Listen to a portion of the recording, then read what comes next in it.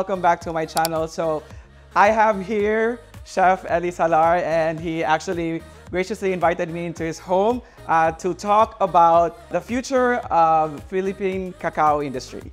So for those who do not know, we actually both come from Leyte. So he grew up and born and raised in Palo, and actually also was raised and born in Tacloban. So we are both Waray. Di ba, Chef? So I also had the opportunity earlier to visit the commissary and also the podium. So I've also had the chance to really see and appreciate all of the creations that you made for Patisserie de Chocolat. So one of the things that I really saw that you highlighted was really to see French techniques that you incorporated into like the Filipino ingredients.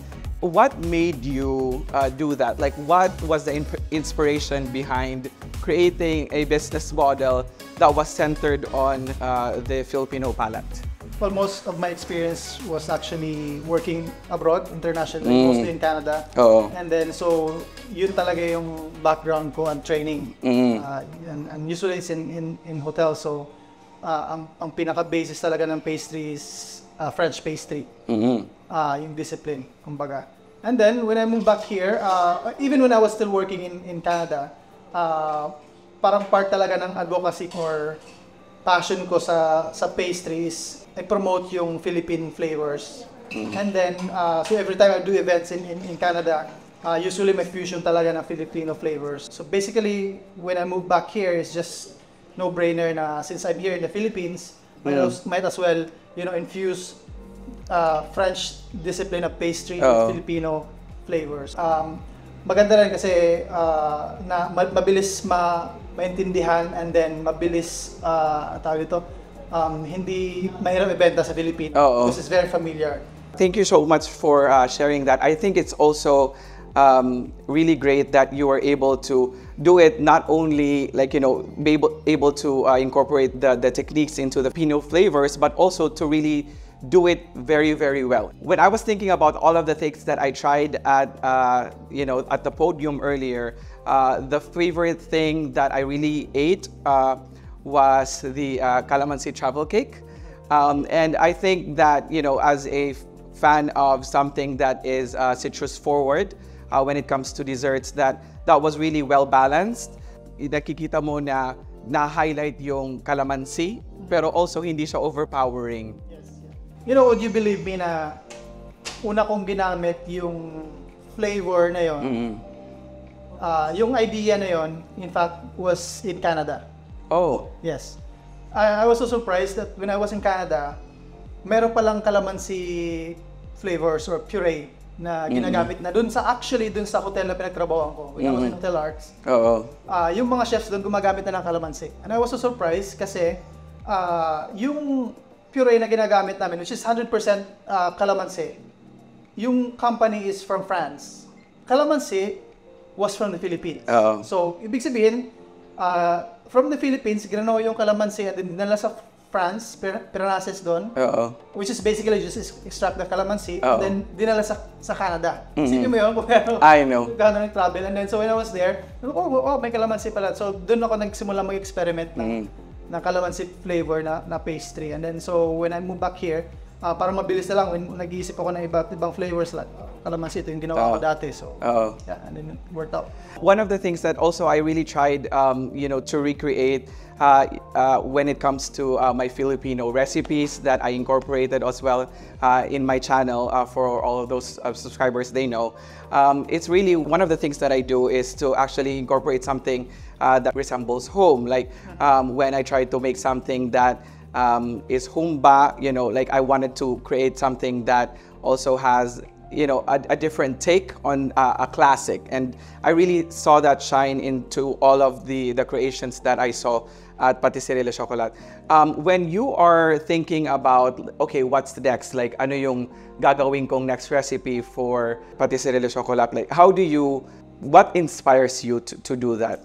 Actually, as a chef, medyo nag-evolve ka rin eh. When I started, usually, yung gusto mong gawin is kung ano yung gusto mong kainin, ano yung gusto mong experiment. that time when I was still new in pastry, gusto kong mag-explore ng mga unique flavors sa North America and Europe. Yung mga mostly French pastries application talaga. And then later on, na-learn ko rin to when I was still working na mas okay pala na when you are creating something inspired by your audience or kung sino yung kakain ng product mo. So basically that's what we did here in the Philippines. Pinag-aaralan namin ano ba yung gustong kainin ng mga Pinoy? Ano ba yung flavor na matatakam yung audience natin? Ano ba yung flavor na nostalgic sa mga Pilipino? So yun yung mga inspiration natin ngayon. And then parang we go deeper pa talaga sa Filipino roots. So a lot of our flavors now are inspired by nature.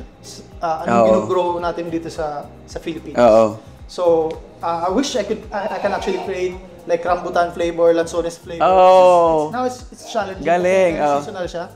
But we wanted to go and try experimenting those exotic fruits local here in the Philippines. So yun yung mga naging inspiration.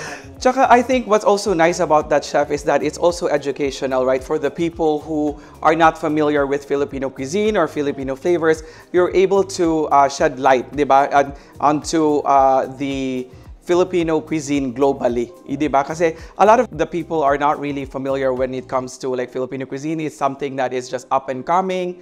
And so I think that what you are doing at Patisserie Chocolat is really highlighting those flavors and elevating them, and also putting it in a global standards where all other people from the different parts of the world are able to appreciate it. And I think that is what's great about what you are doing. And I think that's also one of the things that a lot of the chefs are doing here in the Philippines right now. So truly thank you for doing that and for shedding light on and sharing your art, truly, because it is an art to be able to balance all of those flavors and be able to highlight them and also put the story forward when it comes to the Filipino ingredients.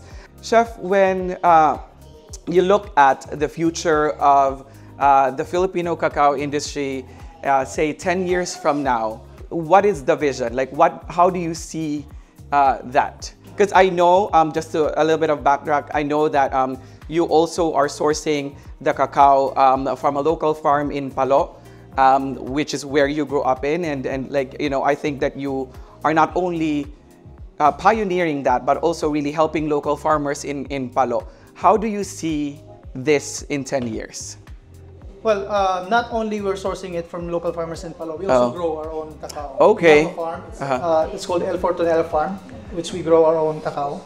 That's one of the first thing I did when I moved back here in the Philippines in 2019. I bought a farm and then started growing my own cacao. Bakit kailangan na ikaw yung mismo yung mag-grow ng cacao? First, it was I didn't really plan buying my own farm. Pinakita lang sa akin yung farm and then I really liked it. So I bought it. And then while nag-farm ako, I realized may mga naggo-grow ng cacao. Nakakita ako may nag-offer sa akin ng mga planting materials ng cacao. And then sabi ko, it's so cool kasi in Canada or in Europe, hindi mo makikita yung cacao eh. Oo nga. You don't grow cacao in Canada. Sabi ko, parang dream ng mga chefs na makakita actually ng cacao pods. It doesn't exist in the US. Sabi ko, as a pastry chef and chocolatier, parang ang cool na, I can grow my cacao. So that's what I did. And then now, the more na I was into cacao, one of my jobs before the pandemic was actually a chocolate consultant in a chocolate company in Mindanao. So yun, medyo malaking yung cacao farms doon. So mas more na-involve ako sa whole process from cacao farming and chocolate making. And then, I realized na here in the Philippines, we grow cacao, but we are not really known for chocolates. Known tayo sa tableya. And then, here in the Philippines, nung nag-start ako mag-teach, ang hirap makahanap ng real chocolate. So, most of the chocolates that we use here in the Philippines, and we consume here in the Philippines, I think 80 to 90% are not real chocolate. It's compound chocolate. So, pag pumunta ka ng bake shop, when you buy a chocolate cake, when you eat a chocolate bar, even in the grocery, kahit imported, like mga big brands, you can name it, but most of the big brands, kung titignan mo yung label ng chocolate, it says they're vegetable oil, palm oil. So hindi siya gawa sa cacao. It's made of palm oil.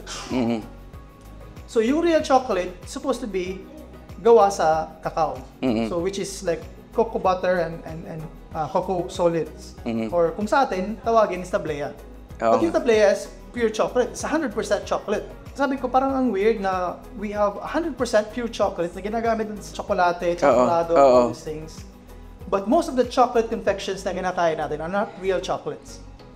So doon ako nagsimula mag-interest na, okay, maybe we should start making different chocolate confections using real chocolates. And then, yun naman yung naging expertise ko, yung background ko when I was working in Canada. Mostly talaga is confectionaries and pastries using real chocolate. So, how do I see the Philippine chocolate in the next 10 years? 10 years from now? I think very competitive in terms of chocolate confection. Kasi like ngayon pa lang, for the last 3 years lang, ang dami nang nagiging chocolatier ngayon dito sa Philippines. So isa rin sa ginagawa ko, almost every month I teach chocolate bonbons, so chocolate class. Para lang dumami rin yung magka-interest on how to make chocolate confections. Para mas maging competitive yung market, maraming player, marami nang gagawa, mas maraming makaka-appreciate. Because before, ang hirap magbenta ng chocolate bonbons. Kasi sobrang mahal daw. Because we're using real chocolate and it's an art, it's an artisanal craft. Chocolate bonbons. So hindi pa siya masyado na-appreciate. So now, in the next few years, I think mag-grow yung chocolate industry in terms of chocolate confections. And then plus, mas na-realize na yun ng mga tao na healthy pala yung cacao. Kasi parang may bad reputation yung chocolate. Most people sasabihin na huwag kang kumain ng chocolate kasi magkaka-diabetes ka, high blood ka, etc. Well, in fact, nakakapayat yung cacao. Nakaka-lower ng blood pressure yung cacao. Lalo na pag 100%, walang sugar. Kaya lang naman siya masama sa atin because it's not real cacao yung kinakain natin. It's mostly sugar. In fact, yung cacao is like 20% na lang. And minsan 50% sugar. And yun talaga yung culprit yung sugar, not the chocolate. I think we're also trying to make different confections na mas healthier. Kasi mas health conscious na yung mga tao ngayon. In fact, yung mga tao na nasa mga health and fitness, part ng diet nila yung chocolate. So yeah, I think that's our direction. We wanted to really showcase world-class chocolate confections. So, and I also think that doing that and really using real cacao though, like it really just like highlights the quality that like your brand and Patisserie Le Chocolat is something that you want to be known for the quality that you produce. One of the things that I saw when I visited your store was that like the slogan is every day made special. And I think that having a locally sourced and grown chocolate would be able to help you achieve that goal then. One of the things when I was listening to you just now about, the passion for chocolate and how we move forward 10 years from now when it comes to the cacao industry in the Philippines, is that when I was in France and I was doing a food tour, they were talking about really highlighting the ingredients in all of the pastries that they created, and they think that putting a lot of sugar is really masking the flavor, and it lowers the quality of the pastry. So when I was trying all of the pastries earlier and then the travel cakes, I was really because it really tells you that this is something that not a lot of people are doing in the Philippines, which I think is sad because they're not focusing on quality. And I truly appreciated that you did that and that you're also pioneering for the future of the Philippine cacao industry here in the Philippines. Is there anything that you want to say to everybody who is watching and who wants to follow your footsteps? Naisip lang ako kanina, just to give you an example lang, ano yung difference ng ginagawa namin. Let's say for example sa chocolate cake or like a normal like a plain chocolate cake. Here in the Philippines, most of the cakes or chocolate cake. Oh. Yung filling niyan, ang ingredients is cocoa powder, sugar, sometimes condensed milk, or evaporated milk, mayroong confectioner, icing sugar. So, ang daming sugar. Icing sugar has sugar, condensed milk is like sugar. Oo. And then, konting percentage lang yung cacao, which is cocoa powder. Tinanggal mo yung cocoa butter, which has all the benefits. So, it's not really healthy. Whereas, ang ginagawa namin, kaya sabi mo kanina, hindi siya matamis. Because, kumbaga yung filling namin na ginagawa, nilalagay, ang simple na filling na mayroong chocolate is just chocolate and cream. Sometimes we use dairy fat. And yun lang. Hindi na kami nag-add ng icing sugar or powdered sugar or condensed milk and so on. So, that's why hindi siya matamis. So, yun yung difference. So, we wanted really to... No, that's okay. Masyadong mataas yung pangarap. Ambitious if we wanted to educate Filipino, right? We just wanted to showcase lang what it tastes like if it's real ingredients. And then you'll see the difference. And I think that the Filipino people deserve that. Yes. Di ba? So, yeah, I mean, thank you and then thank you. Salamat, Chef. If you are ever here in Manila, please visit Patisserie Le Chocolat. I promise you, you will not regret it. All right, Chef, maraming salamat and we'll see you guys in the next video. Bye!